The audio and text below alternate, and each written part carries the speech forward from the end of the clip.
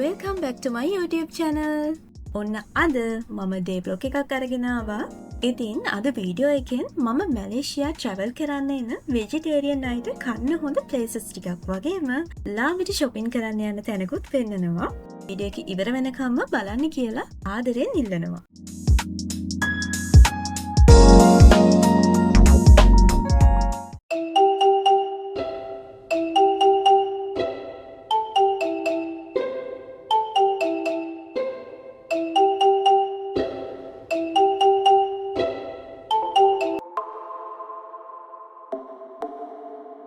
පුරුදු විදියටම අදත් ඉස්සෙල්ලාම ආවේ පන්සලට.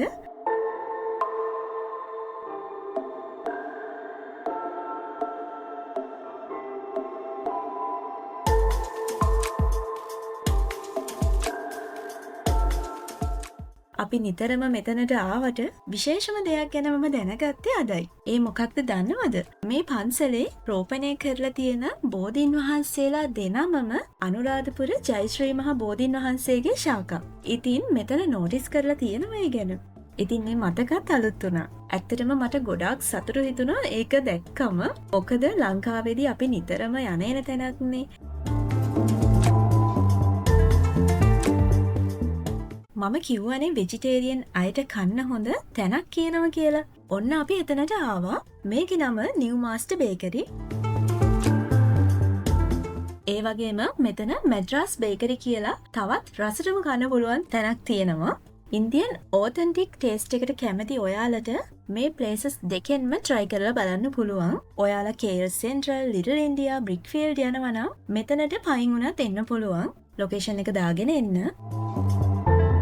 පන්සල් ගිහින් එන ගමන් අපිට හිතුණා බුකිට් පින්තෙන් පැත්තේ යන්න. ඉතින් අපි මෙට්‍රෝ එකේ හෙට ආවා.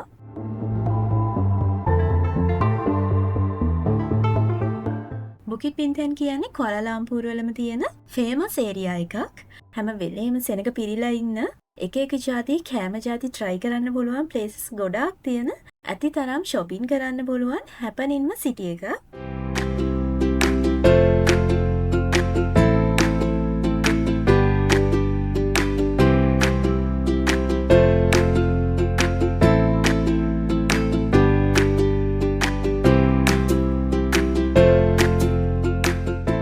දැන් අපි පැවිලියන් මෝල් එකට ඇවිල්ලා ඉන්නේ.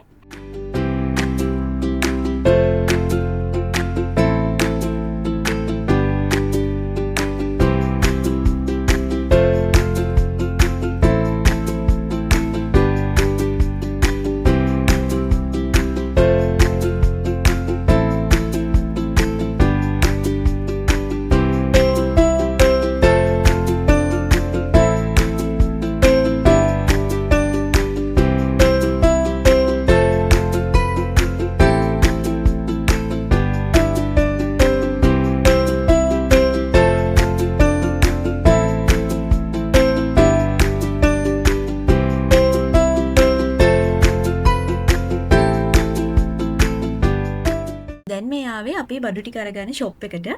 මේ තියෙන ඉකෝ ෂොප් එක. මෙහි ඉන්න හැමෝම යන එන තැනක් තමයි ඉකෝ ෂොප් එක කියන්නේ. මොකද ගෙදරට ඕනේ කරන හැම දෙයක්ම අපිට මෙතනින් අරගන්න පුළුවන්. ඉතින් ඔයාලත් ඇවිල්ලාම බලන්න.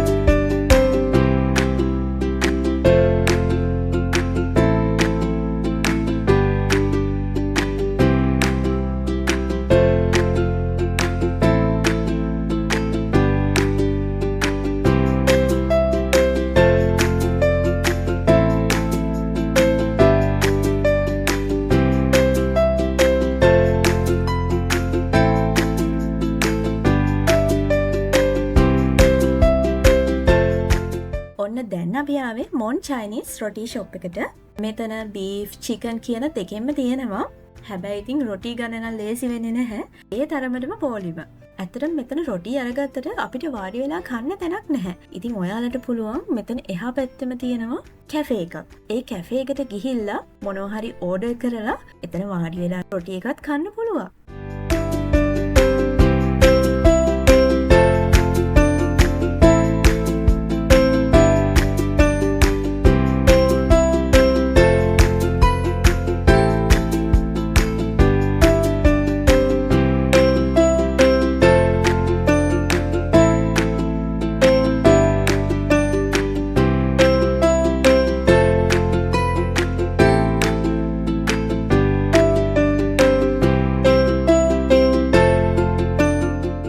දවසම ඇවිදලා දැන් හරිම මහන්සි. දැන් ඉතින් අපි ගෙදර යන්න තමයි හදන්නේ.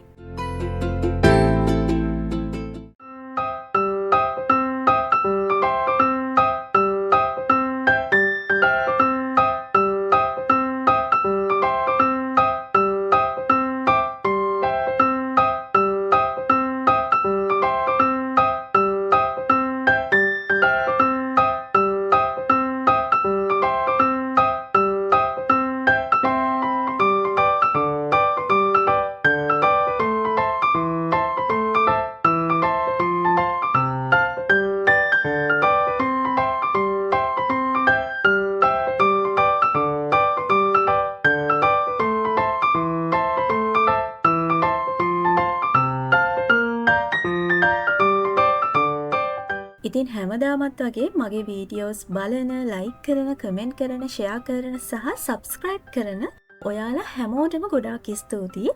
ඔයා මගේ channel එකට අලුත් කෙනෙක් නම් සබ්ස්ක්‍රයිබ් කරලා මගේ වීඩියෝස් බලන්න කියලා මම ආදරෙන් ඉල්ලනවා. එහෙනම් මේ වගේ වීඩියෝ එකකින් මම ආයෙමත් එනකන් සතුටින් පරිස්සමින් ඉන්න. මේ Life with Words